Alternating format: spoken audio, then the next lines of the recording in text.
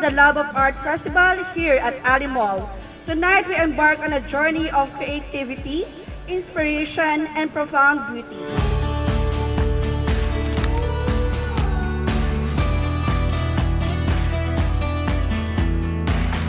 Once na mag-create ka ng paintings, kahit gaano pa siya kaganda, kailangan mo siyang i-let go.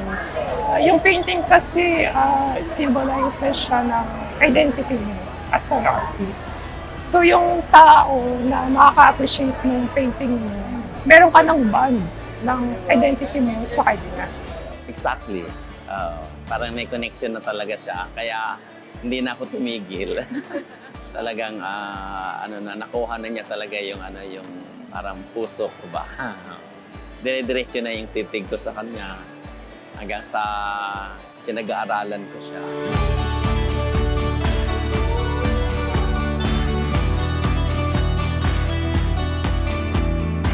Alam namin na itong linggong ito, usually nilalaan natin sa oras para sa pamilya natin, no? Pero this time, you are here to witness the creative and the artistic creations of our artists and creatives.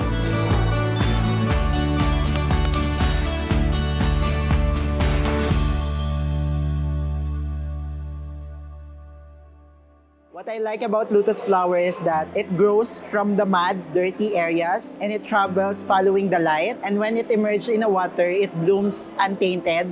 So I wanted to remind people na regardless of the dark moments you go through life, you can parang emerge beautifully, untainted, and always pure.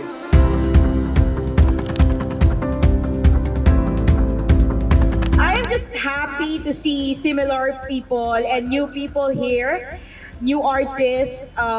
Gusto ko lang sabihin that itong ginagawa namin is not only for money.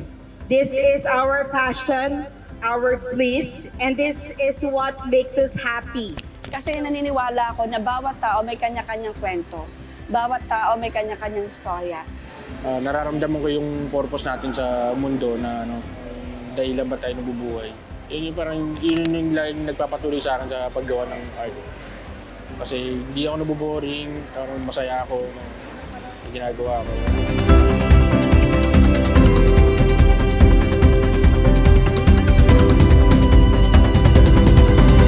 Our artworks, yung mga pinoproduce namin are powerful to actually influence other people around. So there are people that caters on a mother and child things. As for me, I think I cater for those people who learn to acknowledge yung dark moments na pinagdadaanan nila sa buhay. And which is also one thing I'm working on myself.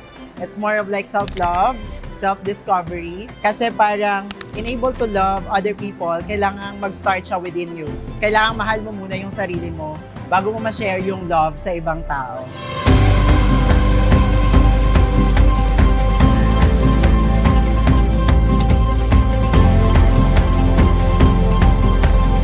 We at Nativity Studios have been very supportive of events like this. Everything that we can do to help and support our local artists, like sharing their page, following their page, referring them sa mga friends, and even buying artworks sa exhibit like this, malaking tulong na yun sa kanila. So having a community like this supporting our local artists and creatives is very important.